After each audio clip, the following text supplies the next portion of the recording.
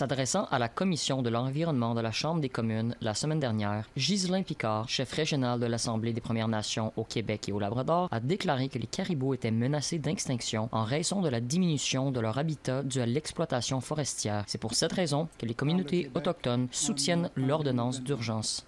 Malgré tout, le gouvernement du Québec s'obstine à écarter les Premières Nations de toute prise de décision liée aux caribous.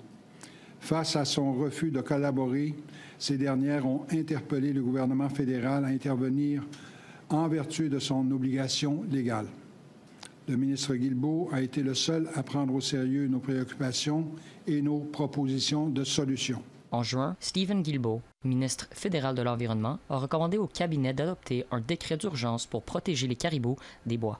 Le Québec a jusqu'au 15 septembre pour se conformer au décret. Lise Bouliane est la mairesse de la municipalité de Sacré-Cœur, près de Tadoussac. Elle affirme que la mise en œuvre du décret serait dévastatrice pour sa communauté en raison des limites imposées à l'exploitation forestière. La mairesse soutient que l'ordonnance pourrait toucher jusqu'à 70 % des résidents de Sacré-Cœur si la société forestière locale Boissaco devait fermer ses portes.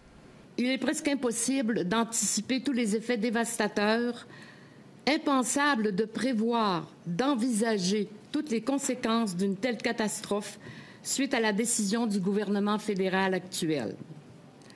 Comment peut-on imaginer toute une population qui se lève un matin sans aucune idée à quoi pourrait ressembler son avenir?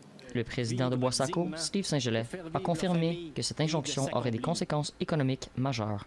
Si ce décret est adopté, 600 emplois directs disparaîtront et ce sera la perte de plus de 200 millions de dollars de retombées annuelles au total pour notre milieu. Cela est inconcevable. Le Bloc québécois et le Parti conservateur sont également opposés à cette mesure. Un reportage de Fraser Needham, Nouvelle nationale d'APTN, Ottawa.